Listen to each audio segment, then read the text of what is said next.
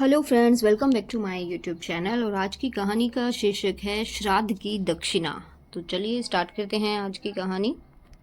एक पंडित जी को बहुत दिनों तक कुछ काम नहीं मिला, तो वो एक जाट से बोले, जाट देवता, आज तुम्हारे पिता मुझे सपने में दिखाई दिए। तो उत्सुकता से जाट ने पूछा, क्या कह रहे थे? तो पंडित ने बोले, कहते क्या, तुम्हारा हाल चाल पूछ रहे थे। कह रहे थे कि बच्चों ने मुझे भुला दिया है, जिसके कारण मैं बहुत दुखी हूँ। तो जाट को याद आया, बोले, पंडित जी ठीक कह रहे हो, मरने के बाद मैंने पिता का श्राद्ध भी नहीं किया, शायद इसलिए दुखी हैं। तो कर डालो पिता का श्राद्ध, इसमें विलम्ब की क्या बात है? तो पंडित जी ने दाव लगाया। अगले दिन जाट ने पंडित को घर बुलाया। पंडित ने श्राद्ध सामग्री में ढेर सारा माल रखवा लिया, सोने चांदी, भांडे बर्तन से लेके खाने पीने का सारा सामान। इसके अलावा पिता को जो चीजें पसंद थी वो सब जाट ने ला के सामने रख दी। धूमधाम से श्राद्ध की तैयारी हुई। जाटनी ने कह के तरह तरह के पकवान बनाए। मन ही मन पंडित खुश था कि आज तो चकाचक माल उड़ाने को मिलेगा, और इतना सामान भी। अपने सामने आसन बिछाकर पंडित ने जाट को बिठा लिया और बोले, अब श्राद्ध शुरू करते हैं। इतनी देर तुम्हें इस बात का ख्याल रखना है कि जो मैं कहूँगा वही तुम्हें करना है, और जैसा मैं करूँ वही करना है। जाट ने मान ली बातें। दोनों आमने सामने जमकर बैठे। श्राद्ध शुरू हुआ। पानी की तरफ इशारा कर किया तो जाट से बोले, आचमनी में जल लेकर पहले आचमन कर डालो। उसी तरह लोटे की तरफ इशारा करते हुए जाट भी पंडित से बोला, आचमनी में जल लेके पहले आचमन कर डालो। पंडित बोले, भाई मैं तुम्हारे लिए कह रहा हूँ, आचमन तुम्हें करना है, मुझे नहीं। तो जाट ने भी वही दोहराया। पंडित परेशान हो गया तो कड़क के बोला, अरे मूर्ख, मैं तेरे लिए कह रहा हूँ, श्राद्ध तेरे बाप का हो रहा है, मेरे बाप का नहीं। अपनी कड़क आवाज के साथ जाट ने भी पंडित को झपट दिया। अब तो पंडित से रहा नहीं गया, गुस्सा दिखाते बोला, तू नहीं मानेगा। तो जाट ने भी गुस्सा तान लिया और पंडित को दिखाते हुए बोला, तू नहीं मानेगा। पंडित ने आओ देखा न ताओ, एक तगड़ा हाथ जाट की कनपटी पे जड़ दिया और बोला, पहले तेरी खोपड़ी दुरुस्त कर लूं, बाद में श्राद्ध होता रहेगा। झापट इतनी जोर से पड़ा कि 1 मिनट के बाद इस जाट को होश आया। तो होश आने के बाद उसने भी अपनी बाहें चढ़ाई और बदले में पूरी ताकत के साथ पंडित के गाल पे तगड़ा हाथ दिया। पंडित को ताड़ी नजर आने लगे। उन्हें 2 मिनट के बाद होश आया।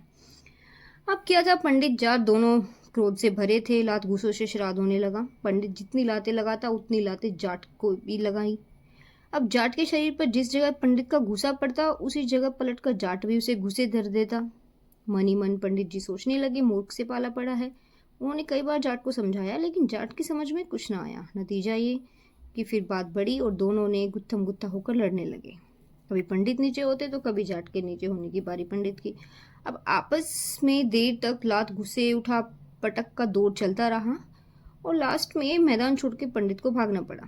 प्रश्न हुआ, जाटनी के पास लौटा तो जगह जगह से कपड़े फट जाने के कारण जाटनी ने जानना चाहा। तो जाट ने बताया कि पंडित के साथ श्राद्ध कर्म करते हुए ये सब हुआ है। तो जाटनी ने पूछा, श्राद्ध तो अच्छी तरह से हो गया ना? तो जाट ने उत्तर दिया, बहुत अच्छा हुआ, अच्छा न होता तो मेरी ये हालत होती। तो पंडित ने कोई कसर नहीं रखी और मैंने भी जोर शोर से काम लिया। तो जाटनी ने कहा, लेकिन पंडित को कुछ दक्षिणा दी या नहीं?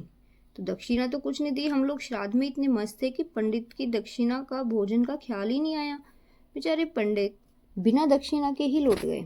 अब तुम थोड़ा कष्ट करो, एक बड़े थाल में भोजन साथ में दक्षिणा पंडित के घर पहुंचाओ, वरना श्राद्ध का कोई फल नहीं मिलेगा। ये सुन के जाटनी खुश हुई, नहा धोकर धुले कपड़े पहन लिए और एक बड़े से थाल में भोजन रख पंडित के घर चली गई। उधर पंडिताइन प्रतीक्षा में बैठे थे कि पंडित जी श्राद्ध करने गए हैं, लौटते हुए अपने साथ कई चीजें बढ़िया पकवान लाएंगे। किंतु पिटी पिटाई हालत में जब पंडित जी को लौटा हुआ पाया तो दुख हुआ। सारी कहानी सुनी, वह लाल पीली हो गई और पंडित जी का क्रोध अभी उतरा ही नहीं था कि दोनों पति पत्नी क्रोध से उबल रहे थे। अचानक जाटने को घर आया देख दोनों उठ खड़े हुए, गुस्से से मुट्ठियां तन गई। घर के अंदर कदम रखते ही दोनों जाटनी पर टूट पड़े, सारा क्रोध उस पर झाड़ दिया। जाटनी बेचारी चुपचाप उनकी मार सहती रही। सोच रही थी कि शायद इसी तरह दक्षिणा ली जाती है। काफी पिट जाने के बाद पंडित जी के घर से निकलकर भाग खड़ी हुई। घर पहुंचने पर जब जाट से पूछा तो बोली, श्राद्ध करना आसान है, किंतु दक्षिणा देने का काम बहुत मुश्किल है। तुम अगर दक्षिणा देते जाते तो मालूम होता कि कैसे दक्षिणा दी जाती है।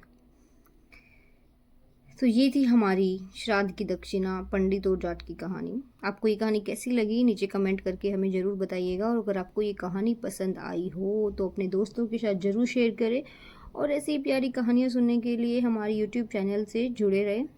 Like, subscribe and share. मिलते हैं नेक्स्ट वीडियो में, तब तक जय हिंद, जय भारत।